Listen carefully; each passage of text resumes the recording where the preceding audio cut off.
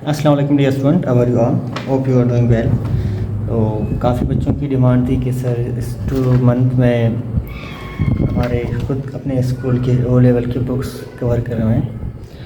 तो आज मैं D2 बुक जिसे कहते हैं, जैसे हमारे स्कूल में इसको प्रेप 3 में पढ़ाया जाता है, मतलब क्लास 8 प्रेप 3 क्लास 8। इस बुक का नाम है ऑक्सफोर्ड 7th एडिशन बुक है ये। इसे D2 के नाम से जाना जाता है, ओ लेवल का बुक है।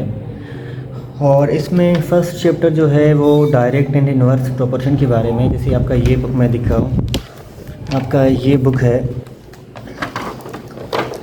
Oxford 7th edition new syllabus mathematics, और ये आपका D2 बुक इसे कहते हैं।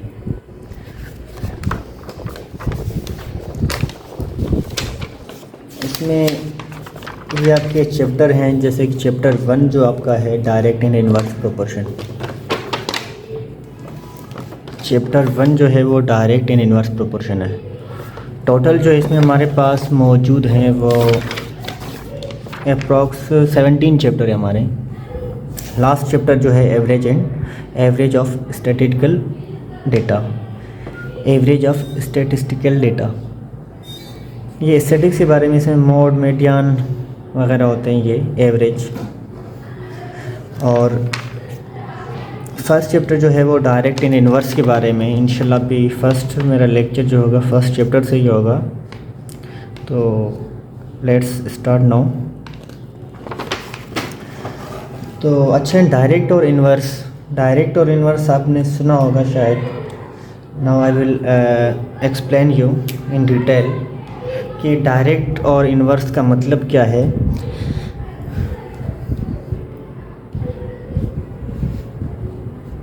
डायरेक्ट प्रोपोर्शन होता है एक,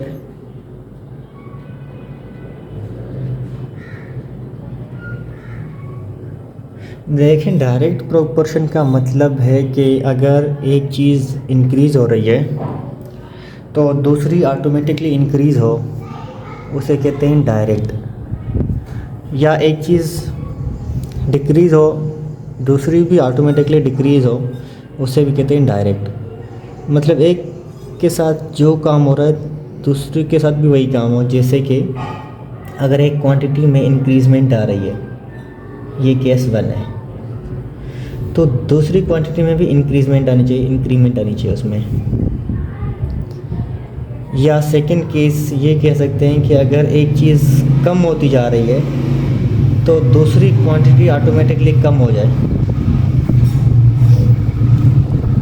जैसे कि ये मैं एक अगर इजी वे में आपको अच्छा सा एग्जांपल आपको दूँ कि लेट सपोज अगर 2 पेन की कीमत जो है, 2 पेन्स की कीमत अगर आपके पास 20 रुपीज़ है, कितनी 20 रुपीज़। मैं अभी इस पेन को इंक्रीज़ कर रहा हूँ, मतलब अभी इस पेन को मैं कर रहा हूँ इंक्रीज़। अगर मैं 6 पेन लूँगा तो उसकी प्राइस अगर मैं ऐसे पूछूँ तो ऑब्वियसली वो क्या होगी, इंक्रीज़ होगी। तो उसकी क्या होगी, 60 होगी। देखें अगर 2 पेन की कीमत है 20 तो 6 की कितनी होगी, 60 होगी। देखिए मेरे पास पहले 2 पेन थे जस्ट, उसकी प्राइस थी 20 रुपीज़। तो मैं अभी पेन को इंक्रीज़ कर रहा हूँ 6 पेन्स, उसकी प्राइस जो है ऑटोमेटिकली इंक्रीज़ होगी। मैं इस चीज़ को इंक्रीज़ कर रहा हूँ, ये ख़ुद ब खुद इंक्रीज़ होगी। तो उसे क्या कहते हैं कि ये डायरेक्ट प्रोपोर्शन है। जैसे कि आपने चार्ल्स लॉ केमिस्ट्री में पढ़ा होगा, फिज़िक्स में भी। चार्ल्स वो कहता है कि आपका जो वॉल्यूम ऑफ सिलेंडर है वो डायरेक्ट रिलेशन है किसके साथ, टेम्परेचर के साथ। अच्छा, डायरेक्ट को ऐसे शो करते हैं ये डायरेक्टली, और इन्वर्स को भी ऐसे ही करते हैं, लेकिन वो अपान लगते हैं। अगर देखें, ये मैं कह रहा हूँ कि वॉल्यूम जो है, volume of any gas directly proportional to temperature. अगर आप, ये सिलेंडर है आपके पास, ये आपके पास सिलेंडर है, अगर इसमें आपके पास ये गैस के मॉलिक्यूल हैं, देखें वॉल्यूम जैसे बढ़ाओगे आपका टेम्परेचर जो है, देखें अगर टेम्परेचर जैसे बढ़ेगा, गैस का टेम्परेचर मैं इसको दे रहा हूँ, हीट मतलब दे रहा हूँ, इन द फॉर्म ऑफ, ये हम कहते हैं डेल्टा क्यू। इसको हीट दे रहा हूँ, हीट क्या कर रही है, उसका टेम्परेचर राइज़ कर रही है। जब टेम्परेचर इसका राइज़ होगा तो ये मॉलिक्यूल स्पीडली, मतलब एक काइनेटिक एनर्जी उसकी इंक्रीज़ होगी, मतलब वेलोसिटी इनकी, मोशन इनकी इंक्रीज़ होगी, रैंडम मोशन। तो ये उससे मज़ीद तेज़ी से टकराएगा, ये उससे टकराएगा, ये उससे, इससे होके अगर ये इस मॉलिक्यूल से टकराएगा तो वो आगे जाएगा, मतलब इसका वॉल्यूम क्या होगा, इंक्रीज़ होगा। मतलब अगर टेम्परेचर इंक्रीज़ करेंगे तो वॉल्यूम ऑफ गैस भी इंक्रीज़ होगा, अगर टेम्परेचर डिक्रीज़ करेंगे तो वॉल्यूम ऑफ जो गैस है वो भी डिक्रीज़ होगा। तो फर्स्ट केस में अगर एक चीज़ को मैं इंक्रीज़ कर रहा हूँ, दूसरी खुद ब खुद इंक्रीज़ हो, या एक चीज़ को मैं कम कर रहा हूँ, दूसरी खुद ब खुद कम हो, उसे कहते हैं क्या, डायरेक्ट प्रोपोर्शन। आपने सुना होगा कि एरिया ऑफ सर्किल है पाई आर स्क्वायर, ठीक है। तो यहाँ पर पाई कांस्टेंट है जिसकी वैल्यू है 22/7, किसकी वैल्यू, पाई की, या इसको कह सकते हैं कि ये अप्रॉक्सीमेटली 3.14 के बराबर है। तो इसमें आपका ये तो कांस्टेंट है, बाकी ये आर, अगर आप रेडियस बढ़ाएंगे सर्किल का तो उसका एरिया क्या होगा, वो इंक्रीज़ होगा। अगर मैं रेडियस इंक्रीज़ करूं तो उस सर्किल का एरिया भी इंक्रीज़ होगा, अगर मैं रेडियस को डिक्रीज़ करूं तो उसका एरिया भी डिक्रीज़ होगा। In this case area is directly proportional to the radius of the circle. ये आपका सेंटर ऑफ सर्किल है, ये आपका सर्किल है, ठीक है, ये आपका सेंटर है। तो यहाँ सेंटर से लेकर किसी पॉइंट तक सर्किल के ऊपर उसको अगर ज्वाइन करें तो ये आपका रेडियस कहलाएगा। अगर मैं रेडियस इंक्रीज़ बढ़ाऊँ इसको तो सर्किल भी बढ़ेगा, उसका एरिया बढ़ेगा। अगर मैं इसको कम करूँ रेडियस ऑफ सर्किल को तो आपका एरिया भी कम होगा। इस केस में भी एरिया और रेडियस ऑफ सर्किल जो है वो डायरेक्ट रिलेशन है आप इसमें। तो ये उम्मीद है आपको समझ में आ गया होगा। अभी जो है हम ये डायरेक्ट था, इसके दो केस मैंने बनाए कि आप अगर एक चीज़ इंक्रीज़ करें, एक क्वांटिटी में इंक्रीजमेंट लाएं, दूसरी खुद ब खुद इंक्रीज़ हो, या एक कम करें दूसरी खुद ब खुद कम हो, इसे कहते हैं क्या, डायरेक्ट।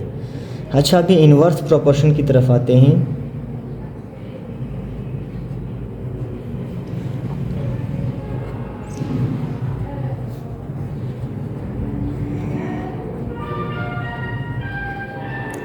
और मैंने बताया कि डायरेक्ट को हम ऐसे लिखते हैं, ठीक है, और डायरेक्ट वाली साइन अगर हटाएंगे तो आप कांस्टेंट कोई लगाएंगे, जैसे कि उसी केस में हम यहाँ पर के टी लगाते थे, क्योंकि अगर ये प्रॉपर्टी की साइन हटाएंगे तो एक इक्वलिटी की साइन इसको रिप्लेस करेंगे और एक कांस्टेंट लगाएंगे, तो इससे हम क्या कहते हैं, इससे हम कहते हैं डायरेक्ट। अभी इन्वर्स प्रोपोर्शन, इन्वर्स का मतलब है, इसके मैं दो केस बना रहा हूँ। एक केस में ये बना रहा हूँ कि अगर आप एक चीज़ में इंक्रीमेंट हो, दूसरी चीज़ खुद ब खुद कम हो, या सेकंड केस ऐसे भी कह सकते हैं कि अगर एक चीज़ कम करूँ मैं, दूसरी चीज़ खुद ब खुद इंक्रीज़ हो। इस केस को हम कहते हैं कि ये इन्वर्स प्रोपोर्शन है। जैसे कि आपने बॉयल्स लॉ देखा होगा, पढ़ा होगा कि वो कहला कि volume of gas inverse relation है।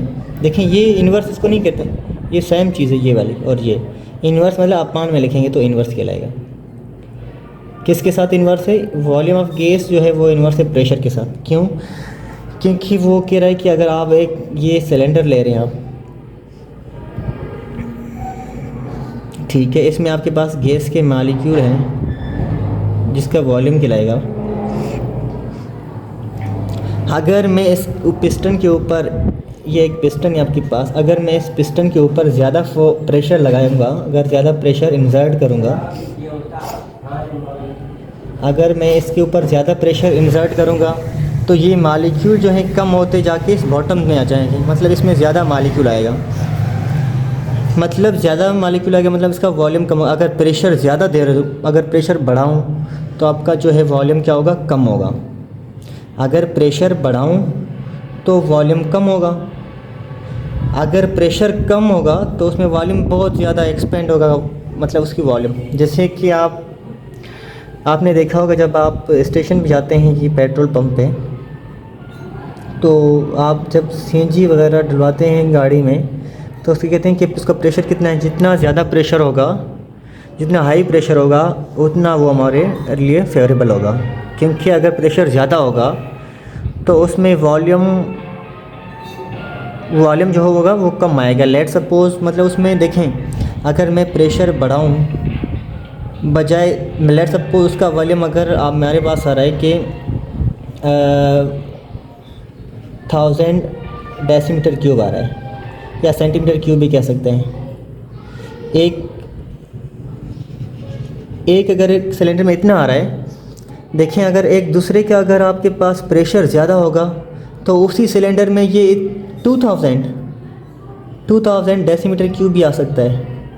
एक स्टेशन के ऊपर अगर जा रहे हैं कि अगर ये सिलेंडर, लेट सपोज ये सिलेंडर है, अगर आप इस सिलेंडर में प्रेशर कम होने की वजह से इस सिलेंडर में इतना आएगा, क्योंकि प्रेशर कम है, इस गैस का मालिक्यूल बहुत दूर दूर होंगे। वही सेम सिलेंडर में उठाऊँ, अगर दूसरे स्टेशन के ऊपर जाऊँ, वहाँ पर जाऊँ, अगर वहाँ पर मैं प्रेशर ज़्यादा है तो इसी सिलेंडर में ये 2000 डेसीमीटर क्यूब या सेंटीमीटर क्यूब वॉल्यूम भी आ सकता है। क्योंकि वो प्रेशर थोड़ा ज़्यादा करेगा तो उसके मालिक्यूल जो हैं गैस के, जैसे कि वाइडली सेपरेटेड होते हैं, वो एक दूसरे के क्लोज़ आ जाएंगे। जब क्लोज़ आएंगे तो मज़ीद ज़्यादा वॉल्यूम आ सकता है उसके अंदर, तो उसे क्या कहते हैं, इन्वर्स प्रोपोर्शन। जैसे कि अगर मैं कहूँ कि एक घर है, जो आपका हाउस जो है, हाउस हम बिल्ड कर रहे हैं, अगर आपके पास वर्कर जो है, वर्कर्स अगर 10 वर्कर्स हैं, वो 20 दिनों में, आपके पास यहाँ पर मैं डेज लिख रहा हूँ, 20 दिनों में वो बना रहे हैं। 10 वर्कर हैं, एक जगह बना रहे हैं 20 दिनों में। अगर मैं वर्कर की तादाद जो है वो कम करूं, मैं 5 वर्कर, क्योंकि मैं कहूँ मेरे पास पैसे भी ख़त्म हो गए, 10 वर्कर के बजाय मैं 5 वर्कर के ऊपर काम कर रहा हूँ, 5 वर्कर को मैंने स्किप किया, इक्विट किया उसको, तो मेरे पास अभी कितने दिन लगेंगे? 10 वर्कर थे, 20 दिन लग रहे थे, अभी यहाँ पर कितने दिन लगेंगे? तो ऑब्वियसली मैं ज़्यादा दिन लगेंगे।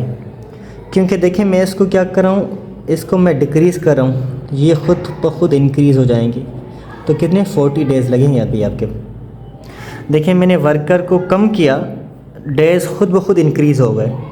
एक चीज़ को मैं कम कर रहा हूँ, अगर दूसरी चीज़ खुद ब खुद इंक्रीज़ हो। पहले 10 वर्कर थे, 20 दिन में वो मेरा जगह बना रहे थे, मैंने वर्कर को 5 को जवाब दिया, तो अभी 40 दिन मुझे रोकना, उसके लिए वेट करना पड़ेगा घर के लिए।